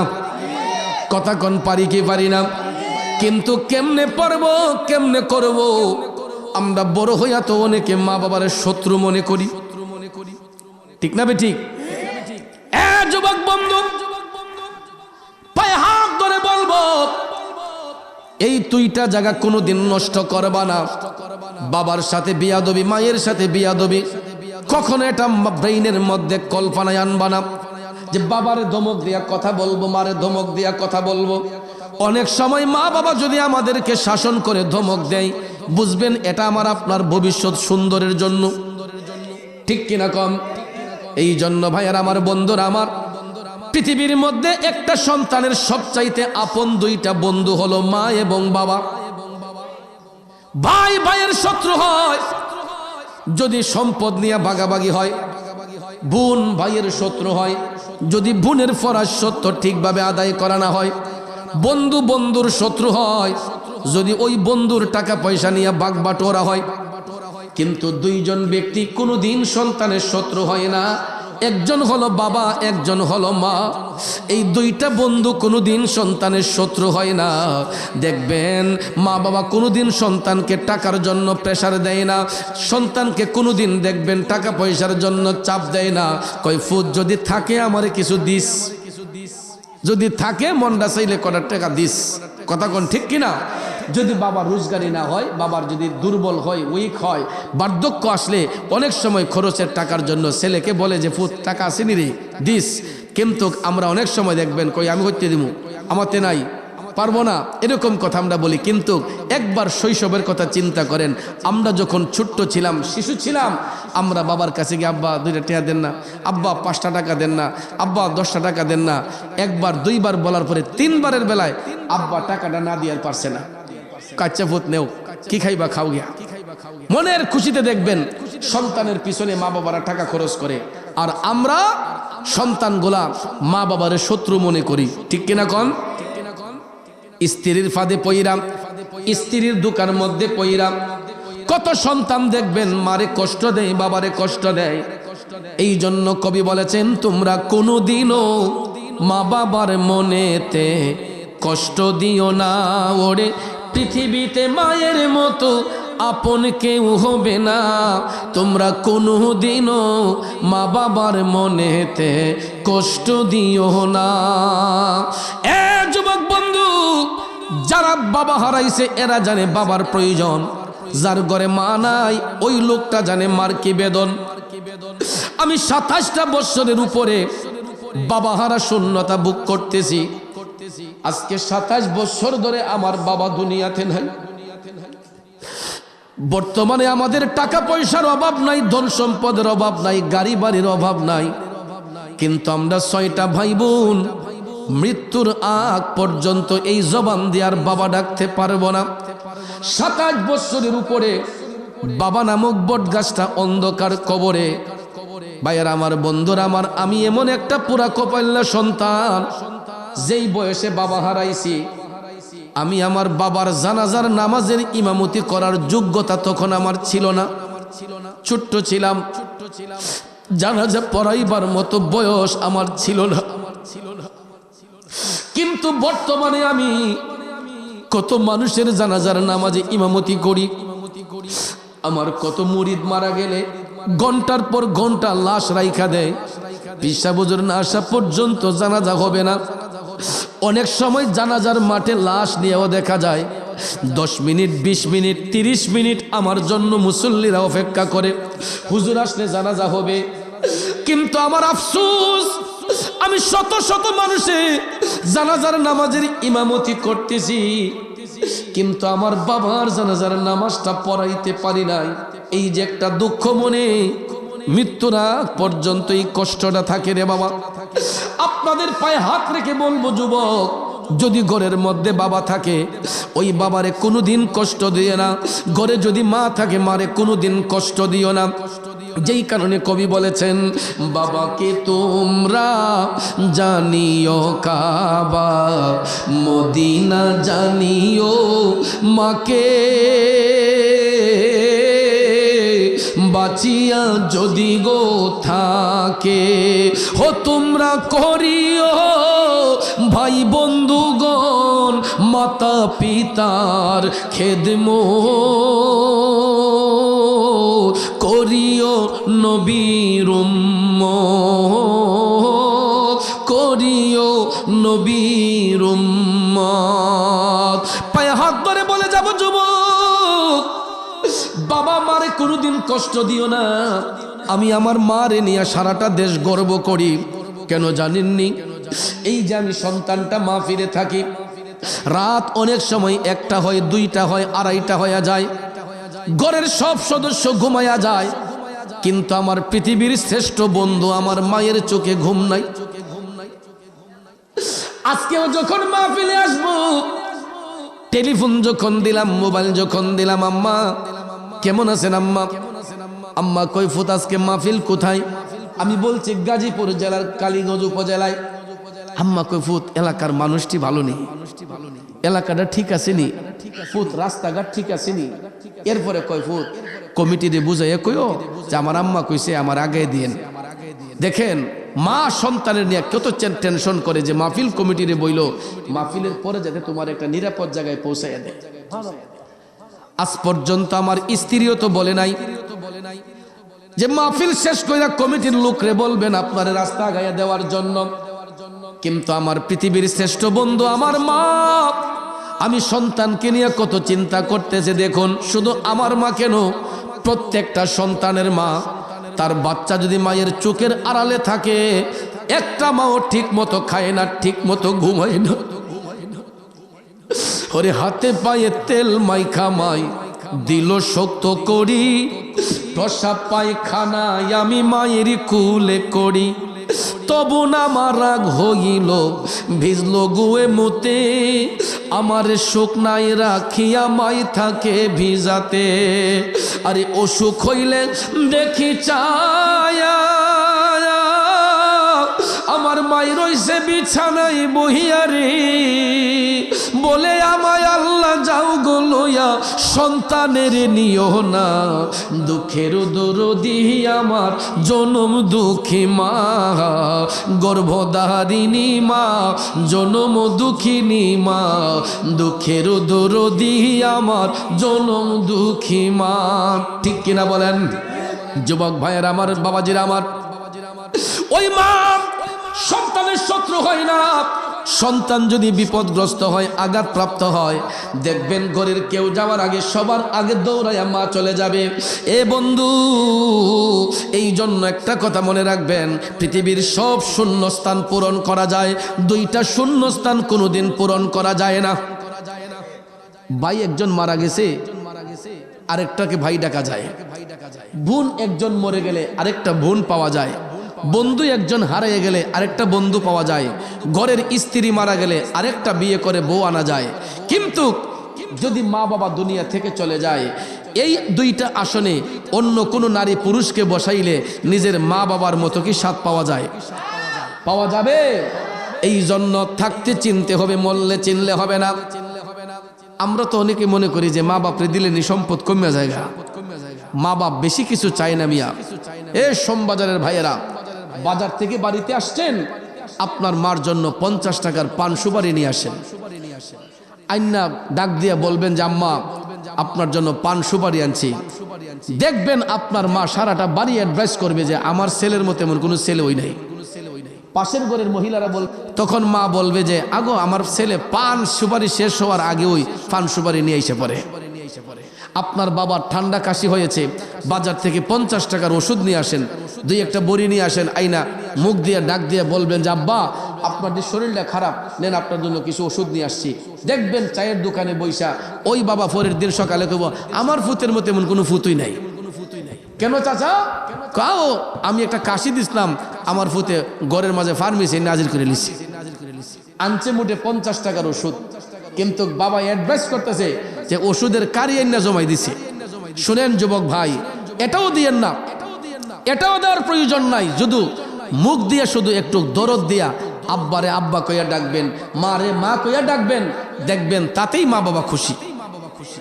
কথা কোন ঠিক কিনা? তারা না দিলেও সন্তান যদি মুখটা ভইরা দরদ দিয়া যদি আব্বারে আব্বা কইয়া ডাকে, আম্মারে আম্মা কইয়া ডাক দেয়, মা বাবার মন খুশি হইয়া যায়। কথা বলেন ঠিক কিনা?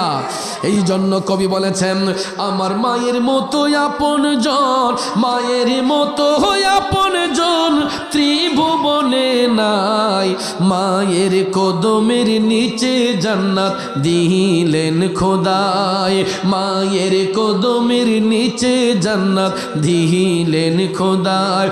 আমার মায়ের মতো আপন জন, মায়ের মতো আপন জন ত্রিভুবনে নাই, মায়ের কদমের নিচে জান্নাত দিলেন খোদায়। মা ডাকটি কত মধুর জানে যে সবাই, মায়ের একটু আদরেতে শান্তি পাই রে, কি যে শান্তি পাই। কবুল হজের সওয়াব হয়, কবুল হজের কি হজের জোরে কোন কি হজের। আচ্ছা বলেন, বর্তমানে হজ করতে হলে কমপক্ষে 7 থেকে 8 লাখ টাকা লাগে, ঠিক না ঠিক? 7-8 লাখ টাকা খরচ করে মানুষ হজ করতে যায়।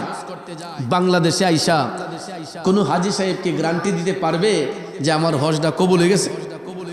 কথা কোন পারবেন? লক্ষ লক্ষ টাকা খরচ করে আমরা হজ করে আসি, আজও পর্যন্ত কোনো হাজী সাহেব গ্যারান্টি দিতে পারবেন না যে আমার হজটা কবুল হয়েছে। কিন্তু আমার মদিনার কামলিওয়ালা নবী একটা গ্যারান্টি দিয়েছেন, যদি কোনো সন্তান একবার তার মায়ের চেহারার দিকে মায়ার নজরে, মোহব্বতের নজরে তাকায়, আমার আল্লাহ ওই ব্যক্তির আমলে একটা কবুল হজের সওয়াব দান করবে। নবীর কথা সত্য না মিথ্যা? তাইলে এখন আমার মা যদি কালো হয়, কালো মায়ের চেহারার দিকে মায়ার নজরে চাইলে হজের সওয়াব মিলবনি? মা যদি শ্যামবর্ণ হয়, ওই মায়ের চেহারার দিকে মোহব্বতের নজরে তাকাইলে সওয়াব মিলবনি? নাকি শুধু ফর্সা মায়ের চেহারার দিকে?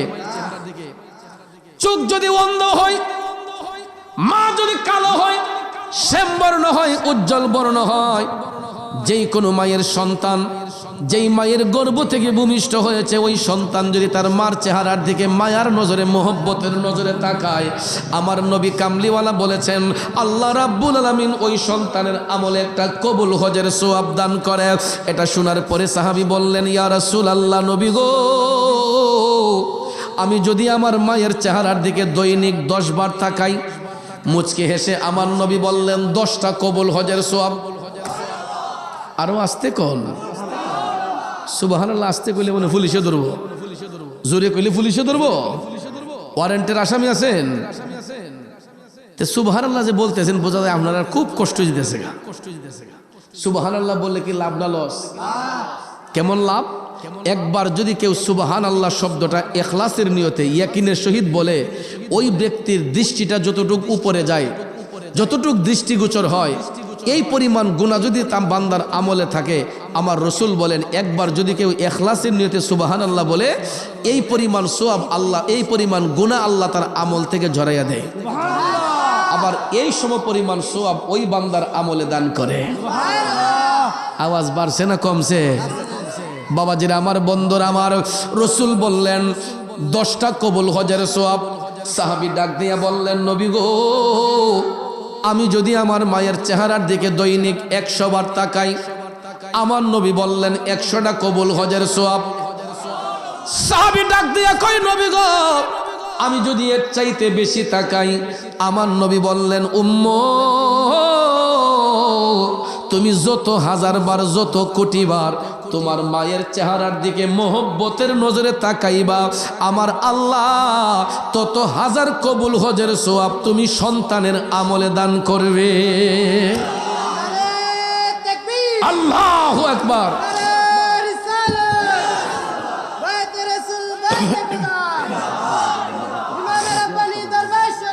জিন্দাবাদ, জিন্দাবাদ।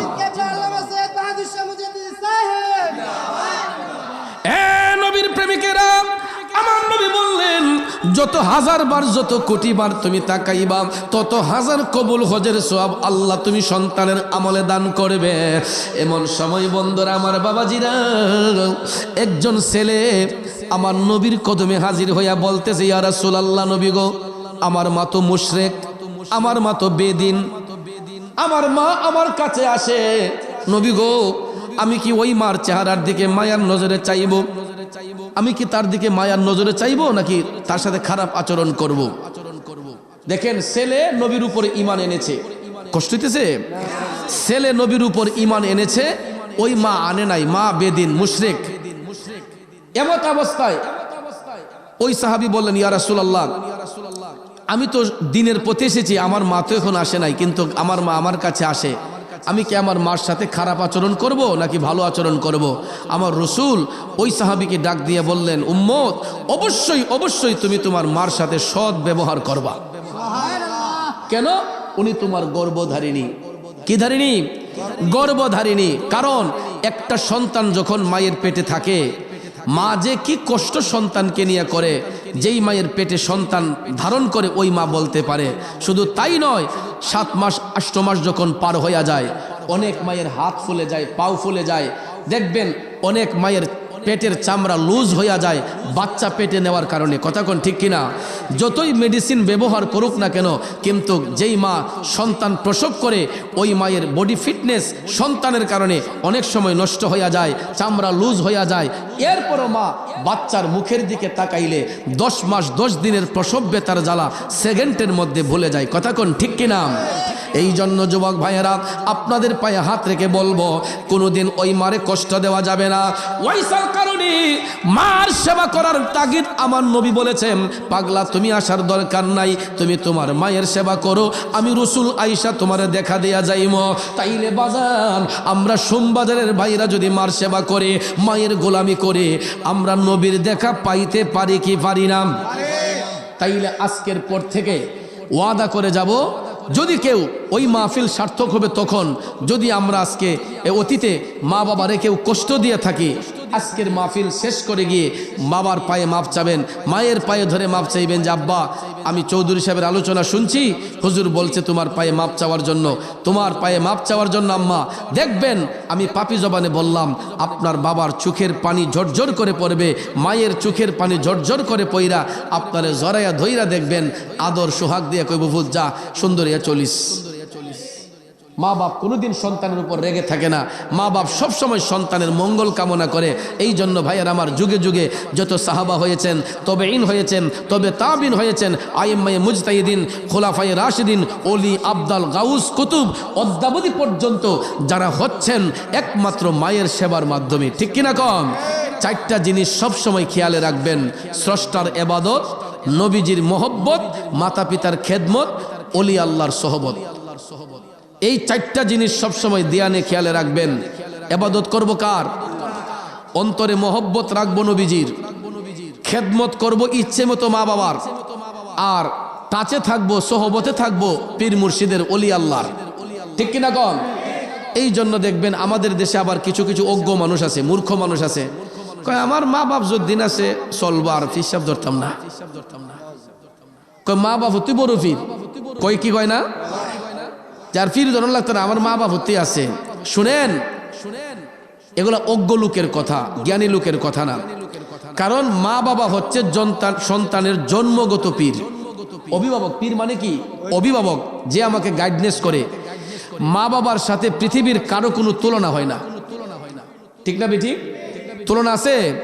এই জন্য আল্লাহ তাআলা সূরা বনী ইসরাঈলের 23 নম্বর আয়াতে পাকে বলেছেন, ওয়াকাদা রাব্বুকা আল্লা তা'বুদু ইল্লা ইয়াহু ওয়া বিল ওয়ালিদাইনি ইহসানা। আল্লাহ বলছেন তোমরা আমি ব্যতীত কারো ইবাদত করো না, পিতা এবং মাতার সাথে উত্তম ব্যবহার করো। এখন এই 2টা কথা একসাথে আসলো কেন? প্রথমে আল্লাহ বলেছেন আমার ইবাদতের সাথে কাউকে শরীক করো না, এরপরে বলেছেন ওয়া বিল ওয়ালিদাইনি ইহসানা, পিতা মাতার সাথে সৎ ব্যবহার করো। কারণ হলো আল্লাহর সাথে যেমন কোনো অংশীদারিত্ব নাই, মা বাবার সাথে একটা সন্তানের কাছে ঊর্ধ্ব মর্যাদার অধিকারী আর কেউ নাই। মা বাবার মতো ঊর্ধ্ব মর্যাদার অধিকারী আর কেউ নাই। মা বাবার সাথে কারো তুলনা হয় না। এই জন্য তারা হচ্ছেন আমাদের জিসমানি পিতা। আমাদের কি? জিসমানি পিতা। একটা হলো রুহানি পিতা, একটা জিসমানি পিতা। জিসমানি পিতা হলেন আমাদের মা বাবা, যার ঔরসে আমাদের জন্ম হয়, যেই মায়ের গর্ভ থেকে আমরা ভূমিষ্ঠ হই, আমরা আমৃত্যু তাদের কাছে ঋণী। ঠিক না বেঠিক? আমৃত্যু তাদের কাছে আমরা ঋণী। এটার জাযা কেউ দিতে পারবে না। কিন্তু আমাদের দেশের অনেক মা বাবারা অজ্ঞ কোরআন হাদিস সম্পর্কে। যেমন এমনও বাবা আছে নিজে কোরআন শরীফ পড়তে পারে না, হাদিস শরীফ পড়তে পারে না, আমাদেরকে পড়াইবে কি? নিজেই জানে না আমাদেরকে শিক্ষা দিবে কি? এই জন্য মা বাবার অনুমতি নিয়া একজন হক্কানি পীর ও মুর্শিদের সোহবতে গিয়া আমরা ইহকাল পরকাল শিখাই এবং জানার জন্য একজন রুহানি অভিভাবক, রুহানি পিতা যিনি হচ্ছেন পীর ও মুর্শিদ, আমরা ওই রুহানি অভিভাবকের কাছে গিয়া আমরা ইচ্ছে মতো আমাদের ঈমান আমলকে শুদ্ধ করে, মাতা পিতার খেদমত করে, নবীজির মহব্বত অন্তরে ধারণ করে ইচ্ছে মতো মৌলা পাকের ইবাদত করব। ঠিক না ঠিক? তো এই জন্য পীর মুর্শিদ কি কেউ বলছে কোনোদিন যে তুমি নামাজ পড়ো না? এই কথা বলছে? কোনো হক্কানি পীর কখনো তার ভক্তকে এই পরামর্শ দিবে না। তো ভাইয়ের আমার, যেহেতু আপনাদের আগামীকালকেও মাহফিল আছে, তো এই জন্য আজকে মাহফিল আর বেশি দীর্ঘায়িত করা হবে না। আমার আলোচনা 2 ঘন্টার ভিতরেই আমি শেষ করে ফেলবো। যদিও আরেকটু বেশি করার ইচ্ছে ছিল, কিন্তু শ্রোতার উপস্থিতি কম, কারণ আপনারা অনেকেই এসেছেন, অনেকেই আসতে পারেন নাই। ঠান্ডাটাও 3 দিন ধরে একটু বেশি, এই জন্য হয়তো ঠান্ডাকে উপেক্ষা করে অনেকে আসেন নাই। তো যাক, আলহামদুলিল্লাহ, আগামীকালকে কেউ বাদ রাখ থাকবেন না, সবাই মাহফিলে আসবেন। আর আমরা এই মুহূর্তে নবীকে সালাম দিয়ে আমরা একটু জিকির করব, ঠিক আছে ইনশাল্লাহ? জিকির করে মোনাজাত দেব। আর পিসা হুজুর শরীর অসুস্থ থাকার কারণে আজকে স্টেজে আসবেন না, আগামীকাল ইনশাল্লাহ হুজুর সদারত করবেন, আপনাদের সবাইকে নিয়ে মোনাজাত করবেন। সবাই বলেন আমিন। আল্লাহ পাক হুজুর কেবলার হায়াত ইলমের